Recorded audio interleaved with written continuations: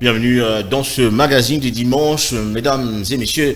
Bonsoir et ravi de vous retrouver une fois de plus. Donc, dans ce magazine du dimanche, quel aurait plaisir de recevoir Prince Epenge, président du ADD Congo, puis communicant au sein de la plateforme Lamuka que gère Martin Fayulu. Avec lui, on discute sur l'actualité à Kinshasa, puis en République démocratique du Congo. Bonsoir Prince Epenge et bienvenue dans ce magazine. Bonsoir, messieurs les journalistes, et merci pour votre invitation. Voilà, vous vous présentez avec un ballon de football. Hier, c'était avec un bandeau autour du front. La grande question se pose, le pourquoi de ce ballon. Ce n'est pas un ballon de football, c'est un ballon électoral. Ce ballon symbolise la compétition électorale de 2023. Et dans chaque compétition, les ballons se mettent toujours au centre. Et je les porte avec moi pour dire que le peuple souhaite que ces ballons soient mis au centre, non dans la défense de la Mouka, non dans la défense de l'Union sacrée ou du FCC, mais les ballons doivent être au centre. Ça veut dire que les élections doivent être équitables et que les meilleurs gagnent. Mais aussi pour dire que les derniers mots en 2023 reviendra au peuple qui est le détenteur de ces ballons. Très bien, merci. Tout à l'heure, on vous a présenté comme communicant au sein de la plateforme Lamuka. Il faut signaler que Martin Fayulu se trouve déjà à Kinshasa depuis plus d'une semaine. Mais la grande question s'était posée, pourquoi on vous a refusé la marche pacifique que vous devriez organiser à l'accueil de Martin Fayulu?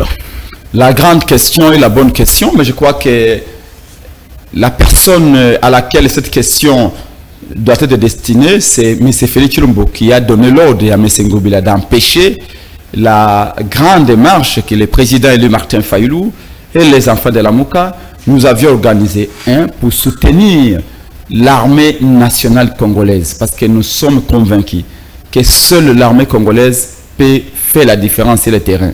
L'armée congolaise est capable d'anéantir les M23. L'armée congolaise est capable de repousser les Rwandais jusqu'à la frontière. Et nous avions organisé le 13 novembre, au retour du président Martin Fayulu, cette marche pour soutenir l'armée. L'armée congolaise n'appartient pas à M. Félix Tshilombo. Il ne faut surtout pas confondre l'armée et la personne de M. Félix Tshilombo. Souvenez-vous, Mobutu, Marshal Mobutu, Sese Seko, Kukungwendo, Wazabanga, Maréchal, 32 ans au pouvoir, qui était fier de l'armée zaïroise, mais qui est parti sans l'armée zaïroise. Mouzé Kabila est arrivé. Il a laissé l'armée. Bien avant, et Kassavou était passé, était là. Il avait laissé l'armée, la force publique au début. Et Joseph Kabila est venu. Joseph Kabila est parti. Il n'est pas parti avec l'armée. Mais c'est Félix Tshilombo va partir dans 12 mois. Félix va laisser l'armée. Fayulu va venir dans 12 mois. Fayulu va laisser l'armée. Et ainsi de suite. Et donc, nous voulons donner à cette armée-là la force, parce que l'armée a besoin de soutien populaire. Malheureusement, on vous a refusé finalement cette marche, mais on a accordé finalement au Parti Nouvel Élan de Adolphe Muzitu finalement de procéder à la marche pacifique. Écoutez, ils savent pourquoi ils l'ont fait, mais moi ce que je voudrais ici souligner, c'est que non seulement on a refusé la marche en violant la Constitution, mais on a tabassé, on a volé les téléphones, on a blessé. Je vous dis jusqu'à aujourd'hui, nous sommes je crois le 26 ou le 27, le 27. Il y a un membre de la coalition Lamuka qui est encore à l'hôpital, ou deux membres qui sont encore dans les hôpitaux parce qu'il était grièvement blessé par la police de M. Kassongo. Ils ont crevé des punais et des gens, des paisibles citoyens. Ils ont gazé les mamans au marché et ça, ce n'est pas bon. C'est crier. C'est difficile à comprendre que cette l'IDPS qui croit qu'elle est devenue au pouvoir par la tricherie, par la fraude, l'IDPS se met à copier les pouvoirs de Kabila qu'elle a combattu. Merci. Mais pour nous, ça n'a fait que galvaniser la population. On va commencer. Il y aura d'autres acteurs pour soutenir. Bien sûr, il y en aura d'autres. On parle maintenant de ce ministre Sommi qui s'est tenu à Luanda. Il faut dire, actualité oblige. Il faut dire que les présidents ainsi que la représentante se sont retrouvés autour de Joao Lourenço pour une probable solution dans le conflit qui sévit à l'est de la RDC. Image de commentaire.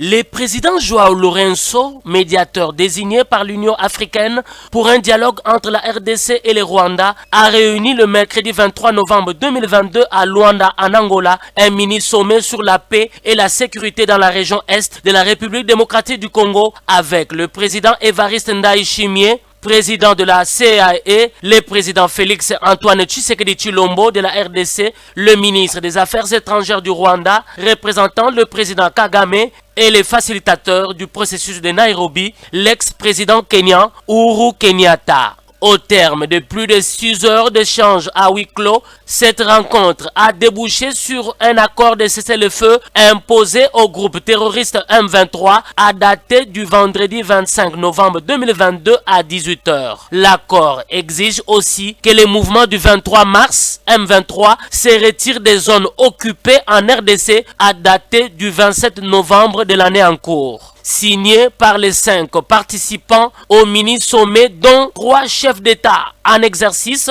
l'accord comprend un calendrier précis des mesures contraignantes pour rétablir la paix et la sécurité à l'est de la République démocratique du Congo, avec notamment les désarmements et les cantonnements des éléments du M23 sous le contrôle des FARDC, de la force régionale de la CAE, du mécanisme de vérification ad hoc et de la MONUSCO. Le communiqué final du mini-sommet de Luanda précise ainsi l'intervention de la force régionale contre le M23 conformément aux proscrits du processus de Nairobi et au rapport de la réunion des chefs d'état-major de la CAE qui s'est tenue à Bujumbura le 8 novembre 2022 en cas de refus du M23 de cesser les hostilités et de se retirer des territoires occupés. Ce mini-sommet a aussi exigé la cessation de tout soutien politico-militaire au M23 et à tous les autres groupes armés locaux et étrangers opérant à l'est de la RDC et dans la région. Enfin,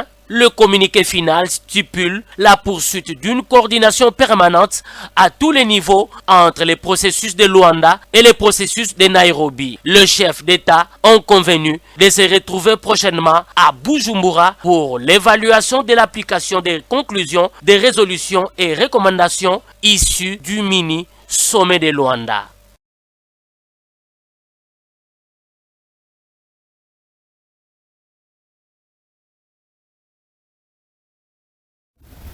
Voilà, tout à l'heure, là, c'était donc le mini-sommet de Luanda avec ces différents chefs de l'État qui, finalement, ont produit un accord, tout comme l'accord de Nairobi, l'accord de Luanda.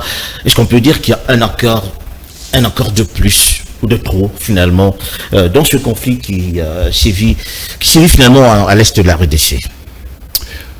En tout cas, pour vous dire vrai, je ne crois plus à la diplomatie de M. Félix Tshilombo.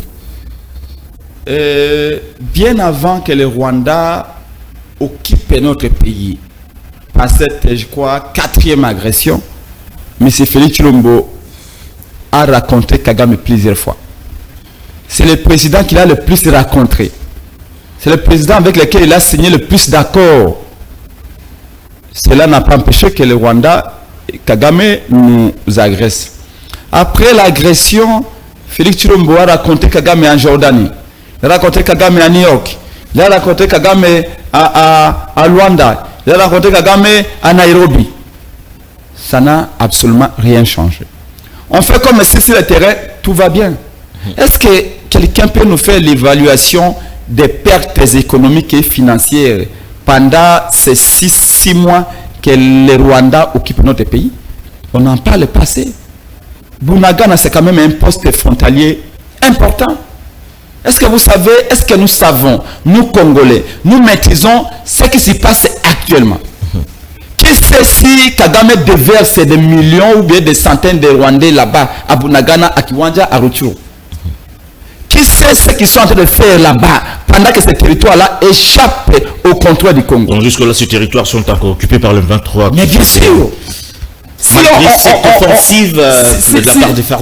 y importe des armes, si on y implante, on y amène des gens, si on y exploite des richesses diverses que nous avons, nous ne savons pas. C'est comme ça que je dis, dans tous les cas, M. Félix Tshilombo ne peut pas faire une sortie honorable à cette crise. Parce que quand il hérite de ce pays, des mains de Joseph Kabila, le Congo était dans ses frontières de 60. C'est-à-dire que 2 345 410 km². 4 ans après, Bunagana, Rutshuru, Rumagabo, Kiwanja, des grandes agglomérations échappent au Congo. En ce moment où toi et moi nous parlons, c'est dimanche, qu'est-ce que Kagame est en train de faire à Bunagana? Qu'est-ce qu'il est en train de faire à Kiwanja? Qu'est-ce qu'il est en train de faire à Rumagabo? Qu'est-ce qu'il est en train de mettre sur notre sous-sol et sous-sol? On ne sait pas. Demain, on peut récupérer ce territoire. Mais pendant ces 5 mois, qu'est-ce qui s'est passé exactement? Ni moi, ni vous, ni M. Félix Tshilombo ne maîtrisons rien. Pourquoi tous ces accords finalement ne tiennent aujourd'hui, pas? Pourquoi tous ces accords ne tiennent pas malgré finalement la présence des différents, parties prenantes à ce conflit? Mais on a comme l'impression quelque part il y a une fausse note qui se répète à tout moment. Qu'est-ce qui se passe? Ne tiennent pas parce que ces gens-là ne respectent pas notre pays. Est-ce que ce n'est pas un problème d'interlocuteur? Est-ce qu'on ne se trompe pas d'interlocuteur? Non, le mal est profond. Si je vous dis ici que les contextes et les conditions de la prise du pouvoir à Kinshasa par M. Félix Tshilombo en 2018 est à la base de cette agression, vous ne me croirez pas, mais pourtant c'est la vérité. Félix doit beaucoup à Kagame. Kagame est celui, lui et Museveni, qui ont imposé M. Félix Tshilombo avec Kabila, qui ont stabilisé son pouvoir. Félix, il leur doit tout. Il y a des choses que Félix nous cache. Il y a des accords qu'il a signés avec Kagame, avec Museveni. Il y a des choses qu'il a fait avec le président du Kenya, qu'il a aidé avec Kamere, qu'il a soutenu dans sa campagne. Et donc Félix Tshisekedi est lié. Félix est pris en otage par ces gens-là. Il y a des choses. Vous savez, il y a une différence entre... Il faut faire la comparaison entre M. Félix Tshilombo et Mouzé Kabila. Mouzé Kabila avait dit qu'il était parti au Rwanda demander de l'aide militaire pour chasser Mobutu. Les Rwandais lui ont donné de l'aide. Comme un rebelle. Moussé avait dit qu'il est de ce côté-là, il n'était pas très bien dans sa peau parce qu'il a fait demander l'aide des Rwandais. Mais comme rebelle, quand il est arrivé au pouvoir, Moussé Kabila a dit quoi? Que j'ai été comme rebelle demander de l'aide, les Rwandais m'ont aidé, je suis arrivé au Congo, devenu président, je ne pouvais plus trahir mon pays. C'est comme ça qu'il donnait l'expression ne jamais trahir la patrie. Il a dit comme rebelle, j'ai fait des alliances avec eux. Mais quand je suis arrivé, je suis devenu président, je me suis rendu compte que je ne peux pas trahir mon pays. Donc, je dénonce les accords. C'est comme ça qu'il avait dit que vous voulez que je vous parle dans quelle langue? Cette guerre que vous voyez là, c'est une guerre d'agression. Ce n'est pas une rébellion. Et l'agresseur, c'est Museveni, c'est Kagame. Et les Congolais s'étaient levés. Félix Tshisekedi est dans le même cas. Pour devenir président, parce qu'il n'avait pas gagné les élections, Félix avait accepté de sacrifier et les Congolais et les Congos et brader les chefs du Congo. C'est comme ça qu'il avait dit à Kagame, soutenez-moi. Je vais être bien avec vous. Museveni, soutenez-moi, je vais tout vous donner.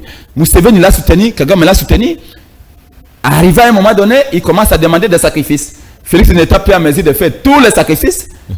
La guerre est là. La raison même de la guerre. Maintenant, aujourd'hui, vous le dites si bien comme si vous y étiez, alors qu'on sait que Félix Tshisekedi, c'était un nationaliste, je veux dire, de haut rang, avec tout ce qu'il y a comme combat de lutte de pêche.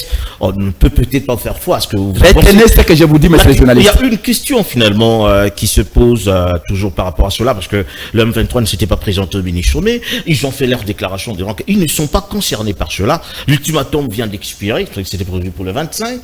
Finalement, qu'est-ce qui va arriver? Qu'est-ce qui va arriver? Je vais vous dire ce qui va arriver. Ouais. Mais retenez une chose. Félix Tshisekedi est tout sauf patriote. Si vous demandez à Félix Tshisekedi de choisir entre les pouvoirs qu'il a et les Congo, Félix Tshisekedi va choisir les pouvoirs. Ça, parce que ce qui l'intéresse, c'est les pouvoirs. Ça, c'est vous qui le dites, en tout cas. Si les Congolais l'intéressaient, il n'allait pas être président par la fraude. Il allait dire, je laisse Martin Fayulu le gérer, j'attends 2023, je vais être candidat. Mais pourquoi a-t-il accepté un pouvoir que le peuple ne lui avait pas donné? Heureusement que 2023 arrive, le peuple va corriger cette erreur-là. Mais je reviens sur ce qui va se passer. Ce qui va se passer, c'est que Félix Tshisekedi sera obligé par ses parrains de négocier avec le M23. D'ailleurs, il a accepté indirectement. Au départ, le gouvernement a dit on ne négociera. Ils ont refusé toute négociation. Non, ils ne suivent pas Mouyaya. Ils font de la communication politique. En fait, vous savez, Félix Tshisekedi a une stratégie. Lui, il a toujours compté sur l'ignorance du peuple. C'est comme ça que même dans l'affaire 100 jours, il avait dit le peuple va oublier 100 jours. Et effectivement, il n'a pas tort. Hein. Le peuple congolais oublie vite. Ils ont oublié 100 jours. et les 600 millions de dollars. Félix avait dit l'affaire Tchilengelou, les Congolais vont oublier. Félix avait dit avec Caméré qu'on a pris le pouvoir en 2018, alors même qu'il n'avait pas gagné les élections. Les Congolais ont oublié. Les Congolais ont oublié. Le peuple a encaissé. Il n'a pas oublié. Il faut Bunagana, non. Bunagana, avant Bunagana, Minembwe. Les Congolais avaient dit Minembwe ne peut pas partir aujourd'hui. Félix avait dit qu'il allait créer une commission pour Minembwe. Qui lui demande encore des comptes? Personne. Donc Félix a toujours compté sur l'ignorance. Il sait que les Congolais, même l'argent des RAM, il a dit les RAM et les Congolais vont oublier. Et pourtant, il y a 460 millions de dollars qui sont à la présidence. Les Jeeps aussi. Les pauvres agents congolais. Les Jeeps des députés nationaux. Félix avait dit il va donner les Jeeps aux députés, aux sénateurs. Ils vont oublier. Il a donné 21 000 dollars aux députés. Les Congolais vont oublier tout. Parce qu'ils sont naïfs, selon vous, tu vois? Non, ils ont dit ceci. Oui. Un Congolais vaut 3 000 francs. Oui. 3 000 francs Chaque congolais. jeune Congolais, la valeur de chaque jeune Congolais, c'est 3 000 francs. Qui a dit ça? L'Union sacrée. Ah bon? Ils ont dit que même si on donne pas de l'eau, on ne donne pas du courant, on vole l'argent de l'État, on vole l'argent des RAM. Pendant les élections 2023, on donnera 3 000 francs aux jeunes Congolais. Les ministres de l'Union sacrée ont même dit qu'ils ne battront pas campagne. Parce qu'ils ont l'argent. Ils vont distribuer 3 000 francs, ils vont le voter. Les députés de l'Union sacrée ont dit que non, ne vous en faites pas. On a l'argent. On va donner 3 000 francs. Les jeunes Congolais, les jeunes qui n'ont pas voté. On va continuer. Voilà, Alors, ce qui va se passer, c'est que Félix va négocier avec le M23. S'il ne négocie pas avec eux directement, il négocie avec eux indirectement. Mais ce que nous disons, c'est ceci. Dans les sommets de l'Angola, ils ont dit que le M23 doit se retirer dans 48 heures. On a déjà dépassé largement 48 heures. Le M23 ne s'est pas retiré. Ils ont demandé à la RDC de faire le cessez-le-feu. Ce n'est pas la RDC de faire le cessez-le-feu, ou FARDC de faire le cessez-le-feu. Les FARDC, nos militaires, ne font que défendre la patrie. C'est au M23 de faire le cessez-le-feu. Au FARDC, ils doivent avoir le droit de tirer. Parce qu'ils tirent. Parce qu'ils ont le monopole de la violence légitime à l'intérieur de nos territoires. Ça, c'est la première erreur de cet accord-là. Deuxième erreur, ils disent que le M23... On doit évoluer. Deuxième erreur, ils disent que le M23 doit se retirer pour être cantonné à l'intérieur du Congo. Non, le M23, s'il se retire, doit se retirer pour rentrer au Rwanda et en Ouganda, d'où ils étaient, avec M. Félix Tshilombo le 28 novembre 2019, leur promettre l'amnistie et l'intégration politique et sociale. Troisièmement, on dit que les forces régionales doivent venir remplacer l'armée congolaise. Nous disons non au sein de la MONUC. Le président Elif Martefal dit non, le président Peng dit non, tous les Congolais disent non. Pourquoi? Demander au M23 de quitter et de se faire remplacer par l'armée ougandaise. La même armée ougandaise qui a favorisé, qui a facilité au M23 l'occupation de Bunagana, c'est un peu comme déshabiller Saint-Pierre pour habiller Saint-Paul. C'est un peu comme demander aux Congolais de choisir entre on doit évoluer. Merci. Entre le corona, par exemple, le virus, ou la malaria. Ce sont des maladies, nous n'acceptons pas. On prend un autre élément cette fois-là, parce qu'on parle de cette situation à l'est de la RDC. On part à Goma pour voir des manifestants, des jeunes gens qui se sont manifestés contre ce complot dont est victime la République démocratique du Congo. Et ils réclament même l'érection d'un mur séparateur entre les deux pays. Image de commentaire. Ces hommes, femmes et jeunes acteurs de la société civile, Forces vives du Nord Kivu, ont manifesté ce jeudi 24 novembre 2022 en ville de Goma pour dénoncer la complicité de la communauté internationale dans la guerre qui oppose la RDC au Rwanda sous le label du M23. Parti du rond-point Signers, cette manifestation est passée par la Grande Barrière qui sépare la RDC et le Rwanda, lieu où ils sont déposés un mémorandum au consulat de la Grande-Bretagne avant de chuter à l'ambassade de la France où ils ont également lu et déposé leurs réclamations. John Banyene, président de la société civile Nord Kivu, appelle le président de la RDC à initier la construction de murs de séparation entre la RDC et le Rwanda afin que chaque peuple vive paisiblement dans son pays. Nous recommandons au chef de l'État de la République démocratique du Congo d'instruire au gouvernement de la République d'initier le projet de construction de murs d'au moins 10 mètres de hauteur entre la RDC et le Rwanda. Parce que nous en avons déjà marre. Si les Rwandais nous respectaient, ils ne pouvaient pas à chaque fois nous attaquer. Et c'est la raison pour laquelle nous sommes en train de dire qu'on érige ces murs pour que chaque peuple reste chez lui. Quand on verra qu'il est nécessaire que nous puissions vivre en paix, on dialoguera pour détruire ces murs. Présent dans cette manifestation, Jean-Claude Bombazé, président territorial de la société civile de Rutshuru, reste pessimiste aux résolutions du ministre Sommet tenu à Luanda il y a 2 jours. Mais il faut vous dire que nous sommes encore pessimistes par rapport à son application, parce que c'est pas le premier sommet, c'est pas les premières décisions que nous venons de lire, mais ce qui est vrai, il faut dire que nous attendons la mise en application sans faille de toutes ces décisions.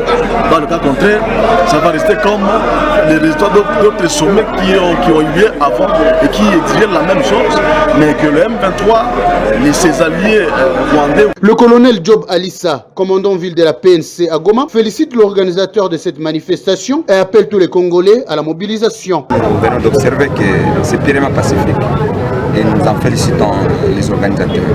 Parce que je viens de voir dans les 2 ambassades représentées, en tout cas, le message était clair. Vous, Congolais, mobilisons-nous. N'acceptons pas cette humiliation. Une humiliation forcée, sans justification. Notons qu'aucun dérapage ni casse n'a été enregistré. On reste dans ce dossier de l'Est de la République démocratique du Congo pour dire qu'il y a eu rencontre à Kinshasa entre William Ruto et Félix Antoine Tshilombo Tshisekedi, respectivement président du Kenya et du Congo. Des dossiers en rapport avec la situation de l'Est et la coopération entre les 2 pays ont été au centre du débat. Image commentaire.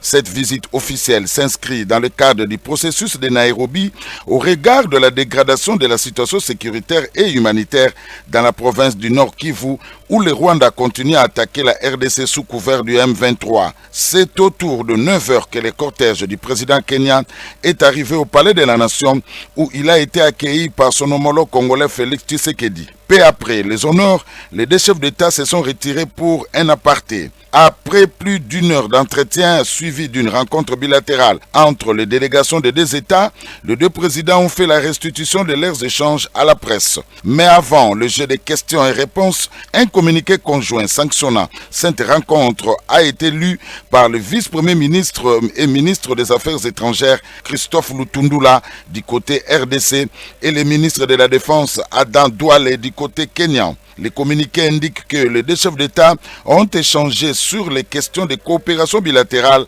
et sur la situation sécuritaire prévalant à l'est de la République démocratique du Congo.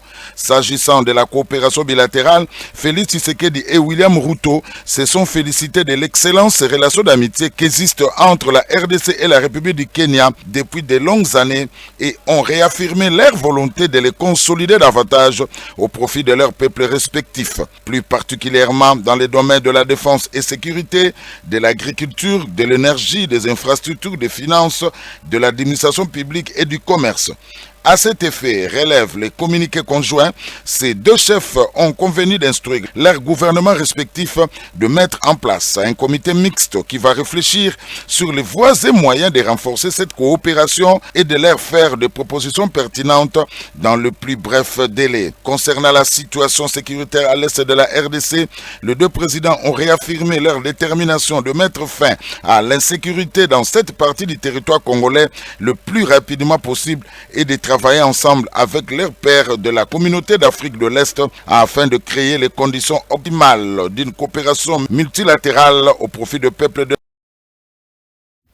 Il faut dire que ça n'est suivi d'un point de presse qui a été animé par les 2 présidents. C'était donc pour éclairer l'opinion, l'image et commentaire. Dans son intervention, le président kenyan a tout d'abord remercié son homologue pour cette première visite en RDC en tant que président de la République. Il a ensuite confirmé son engagement pour soutenir la RDC dans ses efforts qui tendent à maintenir la paix. Ceci traduit également l'engagement de la communauté d'États de l'Afrique de l'Est et aussi particulièrement l'engagement du Kenya pour pouvoir soutenir le peuple congolais dans les problèmes qu'ils sont en train de rencontrer.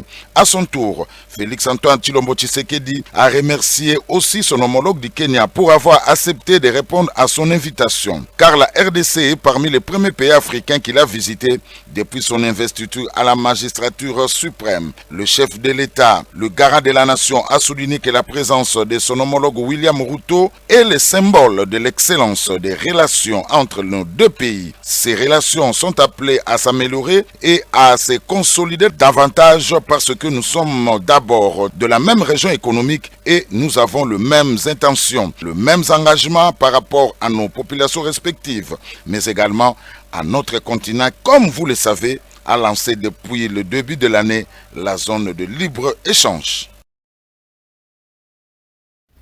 Voilà, Pasteur Pégué, il faut dire que l'affaire de l'Est continue à faire couler beaucoup d'encre et de salive et plusieurs interventions, même il faut dire au niveau de la sous-région, plusieurs chefs de l'État s'y impliquent pour une solution idoine, n'est-ce pas, à l'Est de la RDC. La grande question est encore posée, est-ce qu'on peut croire aujourd'hui à l'implication des forces kenyanes pour finalement résoudre, il faut dire, ce drame de l'Est?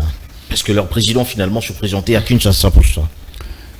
Je vais être franc avec vous. Ouais. La solution ne viendra pas de l'intervention du Kenya, moins encore du Burundi, du Rwanda, de l'Ouganda ou de la Tanzanie. Tous ces pays sont complices de l'agression du Congo par le Rwanda. Vous avez suivi le président burundais, qui est à la tête des pays de la communauté de l'Est. Questionnez par votre confrère de TV5 Monde, RFI, France 24. S'ils étaient convaincus des accusations du Congo contre le Rwanda, comme étant le pays qui appuie le M23. Le président du Burundi a dit qu'il n'était pas au courant que le M23 était soutenu par le Rwanda. Et le même président du Burundi envoie ses troupes au Congo. Mais comment pouvez-vous envoyer vos troupes au Congo si vous n'êtes pas convaincu que le Rwanda appuie le M23? Il dit que non, il y aura une réunion des pays de la communauté de l'Est pour statuer sur cette question-là. C'est-à-dire que jusqu'à aujourd'hui, les Burundi, les Rwanda, l'Ouganda, le Kenya ne sont pas convaincus que le M23 est soutenu par le Rwanda. Comment pouvons-nous traiter dans cette hypocrisie ambiante? C'est le M. Félix Tshilombo croit que la solution viendra de l'Ouganda et le Rwanda. N'est-ce pas que c'est M. Mbosso, le président de l'Assemblée nationale, qui nous a dit que pour que le M23 arrive à Bunagana, c'est l'Ouganda qui l'a facilité la tâche? Comment Félix peut croire que l'Ouganda peut être une solution dans cette crise? Mais pourquoi ne pas se retourner finalement vers l'ouest, prendre par exemple le sud, l'Angola, par exemple le Congo voisin? Pourquoi cette ouverture avec les pays de l'Est? L'Ouganda. Pourquoi cette ouverture? Je vais donner la raison. Et c'est quoi la raison? Sans Kagame, sans Museveni, Félix Tshisekedi ne serait pas président au Congo. Félix Tshisekedi les doit tout. C'est pourquoi je vous dis que cette guerre qui arrive et qui tue nos frères, nous avons 500 000 réfugiés, 500 000 déplacés internes au Nord Kivu. Est-ce que vous vous rendez compte? 500 000 personnes. Il y a des enfants qui meurent, qui souffrent de crochet-corps, ils ne mangent pas. Tout ça pourquoi? Nous subissons les conséquences d'un pouvoir immérité de Félix Tshisekedi. Comme dit la Bible, il y a un passage de la Bible qui dit les parents ou les pères ont mangé les raisins. C'est les enfants qui ont des dents agacées. C'est Félix Tshilombo qui a trahi le Congo, qui a trahi les Congolais. Aller demander un pouvoir par toutes les voies. Et aujourd'hui, Kagame vient faire le recouvrement forcé. Des promesses ne lui faites pas Félix Tshisekedi. Et c'est les Congolais qui meurent, c'est les Congolais qui sont déplacés. Je vous dis ici, les Kenyans, on a vu le président kenyan, Ruto, qui arrive au Congo. Ruto est venu faire son business. Le Kenya est venu faire. Kenya a déjà acheté deux banques, la TMB et Equity Bank. Kenya vient faire des affaires. Regardez ici, j'ai avec moi ici, juste une seconde, l'accord de la charte constitutive des pays de la communauté de l'Est. À ce qui concerne les capacités juridiques de la communauté de l'Est, article 4. Accord signé pour adhérer à l'EAC. La charte dit ceci, à son article 4. Que la communauté des États de l'Afrique de l'Est peut céder, acquérir et gérer des terres des pays membres de l'EAC. Est-ce que vous vous rendez compte? C'est-à-dire que la communauté de l'Est, là où Félix Tshisekedi nous a amenés là-bas, cette communauté-là composée des Ougandais, des Rwandais, des Burundais, des Kenyans et la RDC, que Félix nous a mis là-bas, cette communauté peut gérer les terres du Congo. Cette communauté peut céder les terres du Congo. Cette communauté peut acquérir les terres du Congo. Dans un tel accord, l'enfant de Tiene Tshisekedi a posé sa signature. Et vous pensez qu'ils sont en train de mettre cet accord en exécution selon dites-moi, vous pensez? Dites-moi, la communauté des États d'Afrique de l'Est peut céder, acquérir gérer des terres des pays membres. C'est-à-dire que l'Est du Congo peut être cédé au Rwanda, peut être cédé à l'Ouganda. Et c'est pas pour une raison valable dans cet accord, parce qu'on n'a peut-être pas tout lu. Il y a eu quand même, il faut dire, une suite logique. Il y a une suite qui est encore pire. Pour une raison. Non, il y a une suite qui est encore pire. Regardez, est-ce que le Kenya a des terres qu'il peut céder au Rwanda? Est-ce que le Rwanda a des terres qu'il peut céder en Tanzanie ou bien au Burundi? Non. Dans ces pays-là, les pays qu'on n'a pas connus, les pays idiots, excusez-moi, j'ai dit l'expression, ça choque, hein? Oui. Les pays idiots, c'est le Congo. C'est le Congo des terres que la communauté des pays de l'Est peut céder au Kenya, peut céder à l'Ouganda, au Rwanda. Alors, et vous voyez l'IDPS appuyer cet accord-là. C'est comme ça que je vous dis que Félix est pire que Kabila. Kabila avait eu peur de faire des choses comme ça. Félix, il a fait. La foi de Tshisekedi l'a fait. Et il y a des gens qui peuvent danser Fatih Béton. Et quand on dit ça, on dit que vous êtes aînés. Je vous dis que c'est une trahison finalement de la part de Félix. Pour Félix Tshisekedi, si nous voulons avoir la paix, nous devons renoncer à nos richesses. Nous devons renoncer à notre terre. Qu'on donne au Rwanda, qu'on donne au Ouganda. Je vous ai dit ça en 2019, Prince Penge. Pourquoi? Quels sont les échanges commerciaux entre le Congo et le Rwanda, entre Kigali et Kinshasa, pour que Félix Tshilombo puisse signer un accord avec Rwanda, pour que le Rwanda fasse 6 jours de vol. L'avion du Rwanda peut atterrir même en Bujimaï, peut atterrir à Lubumbashi, peut atterrir à Kinshasa, à Bukavu. Dites-moi, quels sont ces échanges commerciaux entre Kigali et Kinshasa? On n'en voit pas. Bon, les condamnés quand même à œuvrer ensemble avec ce pays de non, l'Est, faut quand même ça c'est un dire. principe. Ça c'est Martin Fayulu. On est condamné quand même à le faire. Ça c'est nous l'avions dit. Oui. Le Rwanda est un pays frère d'Afrique. Il y a des Libanais qui sont devenus des Congolais par conversion, par naturalisation. Il y a des Français qui sont devenus des Congolais. Comment voulez-vous que des Noirs comme nous, Rwandais, ne viennent pas des Congolais? Ils peuvent les devenir. Mais il y a des lois à respecter. Aujourd'hui, pour l'instant, on ne peut pas donner la double nationalité aux Ougandais, aux Rwandais, aux Burundais, tout ça. On attend les jours où le Congo aura un président fort, des institutions fortes, une armée forte, des frontières qui sont hermétiques, comme le président élu Martin Fayulu avait prévu dans son programme de 100 jours qu'il allait créer ISUFA, une unité spéciale de surveillance des frontières. Cette idée-là, Félix peut la prendre, peut la mettre en exergue. Malheureusement, il ne veut pas la faire par orgueil. Il y a des jeunes gens qui réclament l'érection d'un mur, finalement, entre les deux pays. Non. Soit Goma. Moi, je ne suis pas pour un mur. Parce qu'un mur, même s'il a des 100 mètres de hauteur, Kagame va casser tout. Oui. Parce que le plus fort. Va tout péter pour entrer au Congo. Ce qu'il lui faut, c'est le respect. Nous devons exercer le respect. Or, le respect se mérite. D'abord, en ayant des dirigeants légitimes, en ayant des dirigeants intelligents, en ayant des dirigeants qui sont visionnaires et en réformant son armée. Félix a fait 4 ans au pouvoir. Il n'a amorcé aucune réforme. À la fin de son mandat, il nous dit que non, il faut recruter les jeunes. Recruter les jeunes. Allez au Parlement.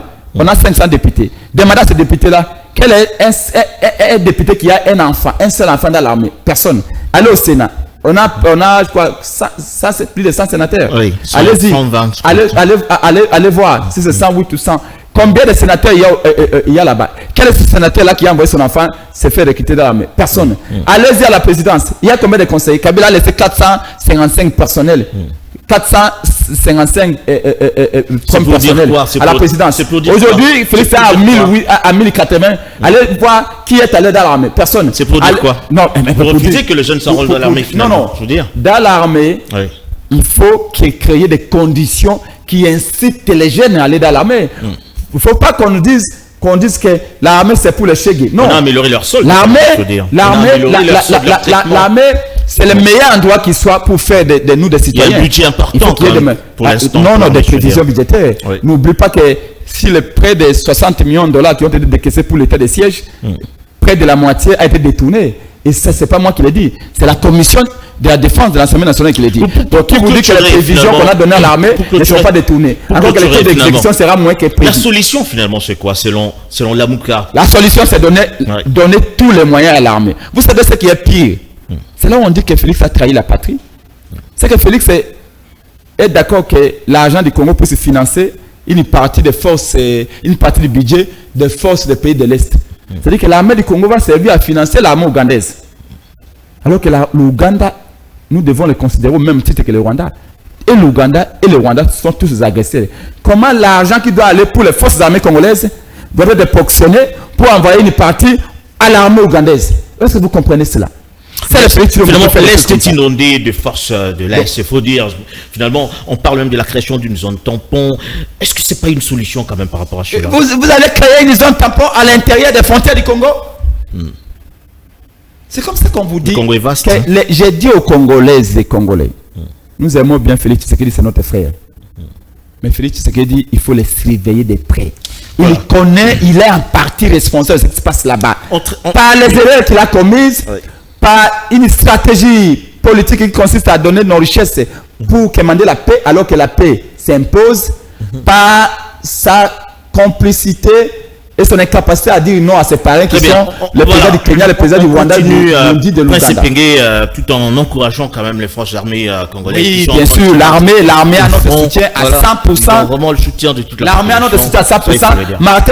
Martin Fayulu est le premier qui a mobilisé la population pour être derrière l'armée. Vous savez, je suis en train de dire ceci. Vous savez que quand Moutebousse avait pris Bukavu, nous sommes en 2004, vous et moi, journalistes, ingénieurs, politiciens, cambistes, Mama Bipoupoula, tous nous sommes sortis dans la rue. IDPC, à l'époque, nous autres, nous étions sortis en 2004. Moi, j'étais encore avec Franck Diongo.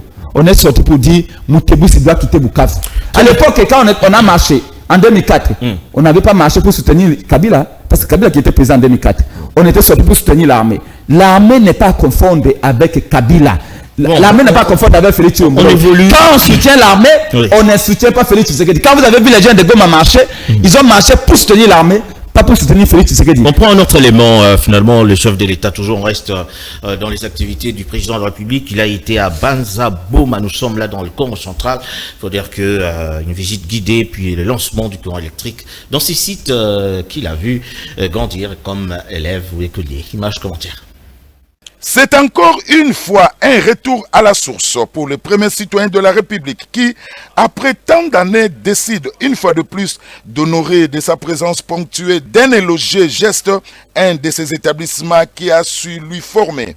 Arrivé sur place, il a eu droit à un accueil très chaleureux venant des filles et fils nés Congo qui se sont afflués le long de la route pour l'accueillir. À cette liste, il va falloir ajouter les corps enseignants et administratifs ainsi que les élèves vêtus en uniforme. Organisée par l'association des anciens élèves de Mbanza Boma, la dite cérémonie a connu 4 temps forts. La bénédiction faite par l'évêque du diocèse de Kisantu, suivie du mot de circonstance du président de l'association des anciens élèves du collège Notre-Dame de Mbanza Boma. Les mots de remerciement par 2 élèves du collège et du lycée. Enfin, le lancement du courant électrique par le numéro 1 congolais qui a conduit bien après à une visite guidée des bâtiments, collège et lycée.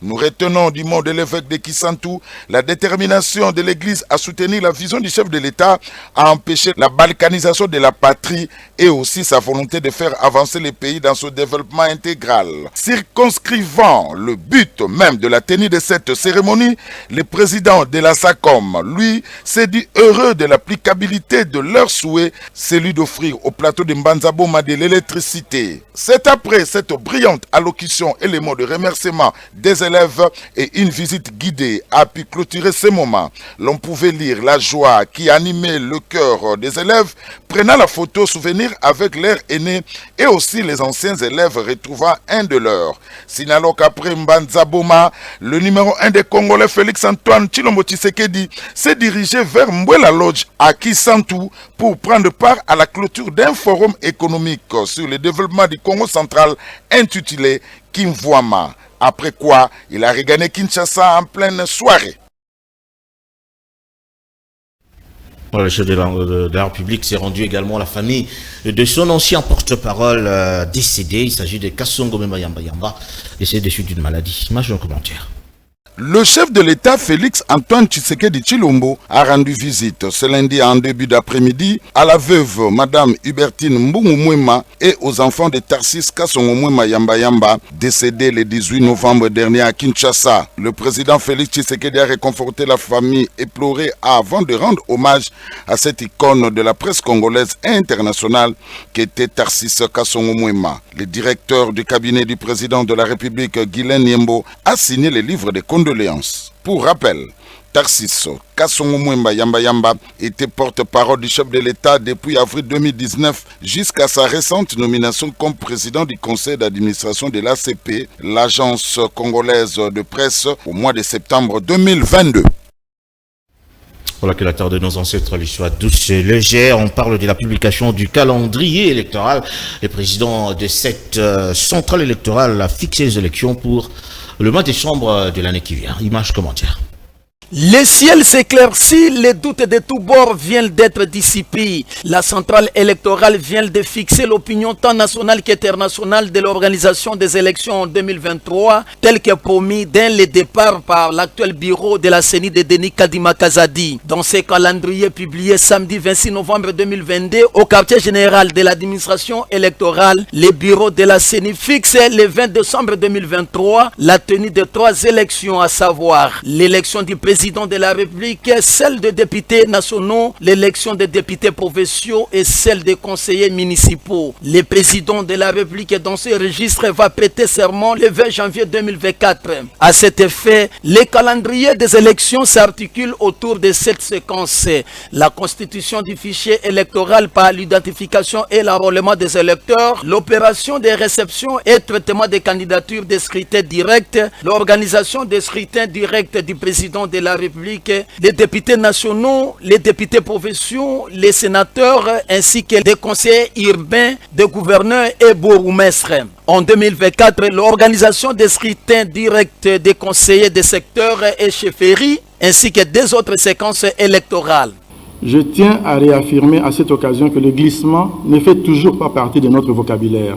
Dans un mois, nous allons démarrer l'inscription des électeurs dans la première ère opérationnelle et va durer 30 jours. La CENI a développé des outils pour faciliter la tâche à la population de s'enrôler dans le temps. La CENI veut changer de paradigme pour s'aligner sur les bonnes pratiques électorales internationales et continentales. Les présidents de la CENI, Denis Kadima Kazadi, ont proclamé ce calendrier à relever certaines contraintes financières, techniques et opérationnelles sécuritaires qui n'auront pas à impacter la tenue des élections en 2023. Il a invité les parties prenantes aux élections à mobiliser les électeurs pour s'enrôler aux institutions du pays, de se mobiliser à leur tour pour l'aboutissement heureux du processus électoral en cours. Voilà, je reviens à vous, Prince Epenge. Il faut dire que le train des élections est déjà en marche. Mais on a comme l'impression que la Mouka traîne le pied et chez la monte, alors que le train est en train de partir. Non. Nous sommes prêts pour les élections. Nous sommes plus que prêts pour les élections de 2023. Avec toutes ces lamentations, vous pensez être prêts pour les élections? Avec notre Jonquet. La Mouka est une équipe. Nous avons un numéro 9, un finisseur, Martin Fayoulou. Nous allons démentir le pronostic. Nous allons plus que s'y prendre. Vous savez, quand M. Félix Tshilombo partait aux élections en 2018, il avait moins de 15 associations derrière lui. Aujourd'hui, tous ces drapeaux que vous voyez là, c'est parce qu'il a l'argent. Les gens qui suivent Félix derrière, c'est parce qu'il a l'argent aujourd'hui. Et la Mouka n'a pas d'argent. Comment vous allez gagner les élections? Non, j'ai dit... Martin Fayoulou n'a pas assez de moyens pour l'instant. J'ai dit les politiques qui sont derrière Félix Tshisekedi. C'est parce qu'il a l'argent. Parce qu'il peut leur donner un poste. Mais le peuple n'est pas derrière lui. Le peuple qu'il a affamé n'est pas derrière lui. Le peuple qu'il a appauvri. Allez en province, vous allez pleurer. Le désarroi, la pauvreté dans laquelle le peuple est en train de vivre. Ne confondez pas tous ces kabylistes qui ont fui, qui sont derrière Félix Tshisekedi, qui l'ont en tête et qui lui disent que non, on a toujours triché, vous allez rester. Et le calendrier est publié. Martin Fayoulou, ce que fait, non, mais ce n'est pas l'argent. C'est les idées. Il a des idées. Il a un projet pour son peuple. Si c'était pour l'argent, il allait s'agenouiller devant Kabila comme Félix l'avait fait. Fayoulou avait dit le peuple avant tout. Aux élections, parce que Martin Fayoulou avait quand même un soutien de plusieurs, notamment les Bemba et les autres. Bien sûr. Mais actuellement, il faut dire qu'il est resté presque seul. Qu'est-ce que vous rassure finalement de son élection, je veux dire, comme président de la République? Mais parce que, premièrement, Félix, le peuple sait et croit toujours en Fayoulou. Il dit que les projets qu'il avait commencé avec Fayoulou en 2018 n'étaient pas entamés. Parce que Félix est passé par là avec Kabila. Et cette fois-ci, le peuple veut voir Fayoulou diriger. Et il dirigera. Je vous le dis, nous allons démentir tous les pronostics. Le calendrier. Les calendriers. Oui. Les calendriers, nous exigeons l'application du calendrier. Il est là. Nous disons, il était temps qu'il y ait un calendrier. Parce qu'à un moment donné, nous ne comprenions plus si base de quoi, de quel tableau de bord, Kadima évalue les indicateurs. Kadima décide de tout seul. Néanmoins, le calendrier est là. Mais nous disons que ce calendrier contient beaucoup de faiblesses. Contient des faiblesses très graves. Vous relevez quand même quelques faiblesses, je veux dire. Il faut, dirais-je, les corriger. Premièrement, vous allez remarquer que il y a absence de consensus. Tout est fait par Kadima, pour Kadima, avec l'Union sacrée. Comment ça? Regardez même dans cette salle-là, vous allez voir Lambert Mende, vous allez voir les gens du régime qui sont là. Mais bien avant, il avait invité quand même toutes les corporations politiques et la société civile, avant la publication. Non, tout d'abord, Kadima ne nous invite pas. Ça, il faut le savoir. Il a invité tout le monde. Kadima n'invite pas la Mouka. Vous avez refusé d'y aller, je veux dire. Kadima n'invite pas la Mouka. Non. J'ai dit Kadima n'invite pas la Mouka. Ça, il faut le retenir. Et Kadima décide de tout seul. Je voudrais dire à Kadima que s'il pense que Nanga n'est pas en prison et que lui, demain, n'ira pas en prison, il se trompe. Les Kinois disent souvent que chaque jour n'est pas dimanche. Parce que si Nanga était en prison pour avoir utilisé 1 milliard sans rendre de compte à personne, Kadima n'y échappera pas. Donc le calendrier est là. Kadima, je vais vous donner par exemple 3 ou 4 remarques. Kadima décide qu'il y ait 4 élections le même jour. C'est-à-dire le mercredi 20 décembre. Alors que depuis 2006, on a organisé que 3 élections, c'est-à-dire l'élection présidentielle, les élections législatives nationales et les législatives provinciales. Pour des raisons de logistique et de la grandeur du Congo, on a toujours privilégié qu'on organise 3 élections présidentielles, législatives nationales et provinciales. Et 3 ou 6 mois après, on peut organiser les élections locales. Qui n'arrive toujours pas. Cette fois-ci, Kadima veut mettre même les élections locales avec la complicité que ça a dans un pays continent comme le Congo. C'est un moyen de favoriser la fraude parce qu'il y aura un véritable bordel, permettez-moi l'expression, dans le bureau de vote. Dans un pays où il n'y a pas d'électricité, déjà à Kinshasa, on a des séries problèmes du courant.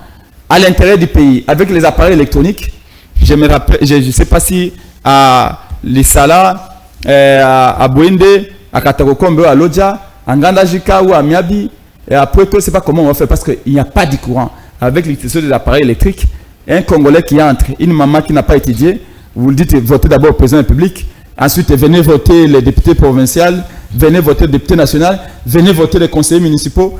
Avec le temps que ça fait, ça va être un véritable cafénaum.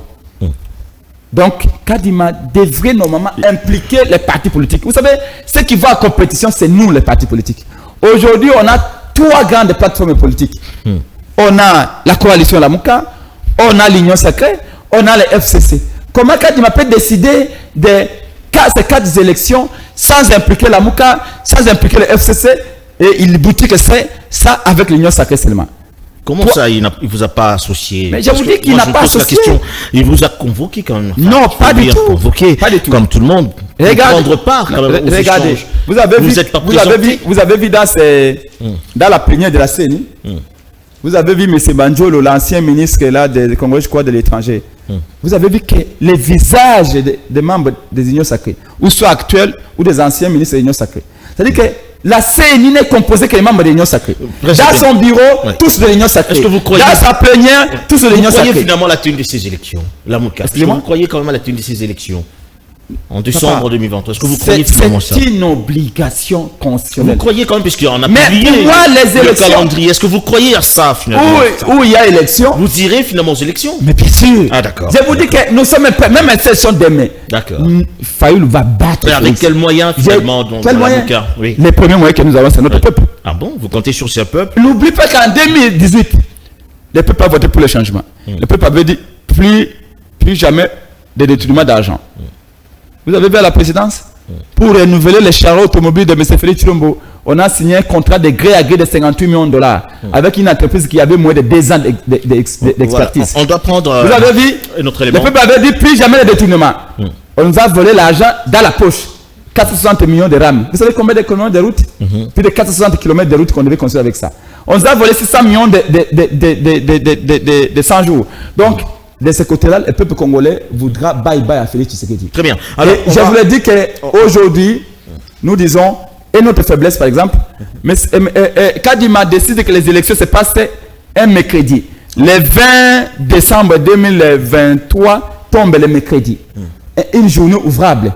Une journée où les enfants vont aller à l'école. Une journée où les enfants vont déclarer chômé payé. Alors, déclarer chômé payé. Mais ça, c'est lorsqu'on a appris. Excusez-moi, c'est bête. Pourquoi? C'est bête de déclarer journée chômé payé alors que les élections doivent se passer le dimanche. Le dimanche c'est 24, je crois le 24 c'est une tombe le dimanche. obligation que ça passe le dimanche? Non, mais c'est ça l'intelligence. Pourquoi est-ce que tous les présidents, Malou et les autres là, mettaient les élections dimanche? D'abord, c'est parce qu'il y a une journée où la plupart des gens sont à la maison, les enfants ne sont pas à l'école, tout ça. Mais quand il m'a décidé que les élections se passent le mercredi, pourquoi? S'il avait consulté les parties prenantes, ceci ne se passerait pas ainsi. Troisièmement, quand il m'a décidé de ce qui va voter à l'étranger, quand il m'a décidé qu'en Afrique, les gens peuvent voter, en France, les gens peuvent voter, en Belgique, les gens peuvent voter. Pourquoi quand il m'a décidé seul des pays qui doivent voter, les Congolais, les étrangers qui doivent voter, et de ceux-là qui ne doivent pas voter? Normalement, il faut qu'il y ait un consensus. Et la Mouka plaide, et je cite par là, la Mouka plaide pour un consensus très rapide entre les compétiteurs. Ceux qui vont en compétition, c'est nous les partis politiques. C'est l'Union sacrée, c'est la Mouka, c'est le FCC. Il faut impliquer la société civile. Malheureusement, Kadima n'écoute que ce que M. Félix Tshilombo dit. Très bien. Je vous l'ai dit. Merci. J'ai bien peur que Kadima soit le futur locataire de la prison de Makala demain. Parce qu'il a de planifier la fraude. Il faut un consensus rapide entre les parties prenantes. La Mouka, nous sommes prêts. Nos militants, vous avez les mots d'ordre, soyez prêts. Nous irons aux élections. Mais pas avec ce calendrier-là. Il faut changer ce calendrier-là rapidement. Dans 3 jours, on peut changer ce calendrier-là, on peut le modifier. On prend la remise et reprise qu'il y a eu à la RTNC entre l'équipe sortante et l'équipe entrante. On parle même de notre directeur général qui a été élevé au rang de directeur général adjoint au sein de cette institution publique. Image de commentaire. Remise cet avant-midi à la radio-télévision nationale congolaise. C'est sous des applaudissements des agents de la RTNC que la nouvelle équipe dirigeante est entrée en fonction. Aucune déclaration n'a été faite par le nouveau comité de gestion. Du côté des agents, l'on attend que la nouvelle équipe dirigeante s'attelle à travailler pour obtenir la redevance audiovisuelle, le paiement des cotisations à la Caisse nationale de sécurité sociale et à l'amélioration des conditions de travail. Rappelons que le nouveau comité de gestion de la radio-télévision nationale congolaise est composé de Lubota Ngwangu, nouveau président du conseil d'administration, tandis que Sylvie Elenga Niembo est la nouvelle directrice générale. Le professeur José Adolphe Voto assumera désormais les fonctions du directeur général adjoint de la RTNC. Nommé directeur général adjoint de la RTNC le mardi 15 novembre 2022 par ordonnance présidentielle, José Adolphe Voto a un parcours élogé dans le secteur de la communication et des médias en RD Congo. Journaliste professionnel et détenteur d'un diplôme de doctorat en sciences de l'information et de la communication. Professeur du cours des radios-télévisions à l'Institut facultaire de sciences de l'information et de la communication IFASIC. Professeur à l'université de Kisangani et à l'école des guerres de Kinshasa. Également directeur général de Canal Kin Télévision. José Adolphe Voto porte aussi la casquette de réalisateur. Il a sorti en 2014 le film et documentaire Docteur Courage sur les combats du docteur Mukwege dans la lutte contre les violences sexuelles dans l'Est de la RDC.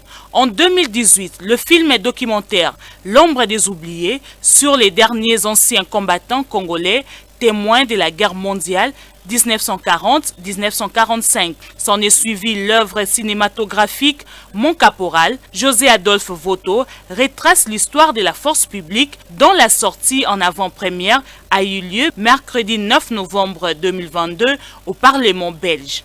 Outre son cursus en sciences de l'information et de la communication, José Adolphe Voto est breveté en stratégie, défense et sécurité, consultant permanent de l'émission Lisolo ya Congo à Canal Kin Télévision.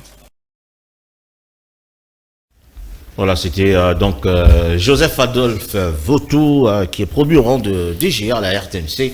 On parlait de la mort également du caporal Kenyoko qui était un acteur majeur dans son documentaire. Donc, paix à son âme. En clôture avec Prince Yepenge tout à l'heure là. On te donne 30 secondes pour le mot de clôture. D'abord, un mot pour nos frères de l'Est, on ne les oublie pas. Ouais. Nous sommes derrière l'armée. L'armée n'est pas confondue avec Félix Tshilombo. Quand Goma était tombé il y a 10 ans, nous étions sortis pour dire nous sommes derrière l'armée. Kabila est au pouvoir. Les peuples avaient soutenu l'armée, ce n'était pas Kabila. Aujourd'hui, quand nous sortons, quand les Congolais sortent de Goma, de Beni, de Butembo, de Lodja, de Ngadajika ou de Mbandaka, c'est pour soutenir l'armée. L'armée n'est pas à confondre. C'est lui qui nous a mis dans cette difficulté, c'est Félix Tshisekedi. Et donc, même malgré cela, nous voulons l'unité pour sauver d'abord la patrie. Merci beaucoup. La Mouka est prête pour les élections. Oui. Mon parti ADD Congo continue à renouveler sa demande auprès du communauté de la Mouka. Il faut ratisser large. Nous allons mobiliser. Il y aura des adhésions aussi de la Mouka. Il y aura des alliances et je vous promets. Vous voyez les ballons que j'ai entre mes mains. Oui, les élections, c'est une compétition électorale. Ces ballons vont finir dans les filets de l'Union sacrée. Merci à vous, Prince Yepenge. Je rappelle que vous êtes président de ADD Congo, puis communicant au sein de la plateforme Lamuka que gère. Merci beaucoup. Martin Fayoulou, Madidi, merci d'être venu. Merci également à vous qui nous avez suivis partout. Toutes mes excuses. Merci également à Serge Marcosso, Couparbola ainsi que Soulemboui pour sa réalisation. Je vous retrouve demain à la grande édition à 19h sur Canal Kin Télévision. Bonne suite des programmes.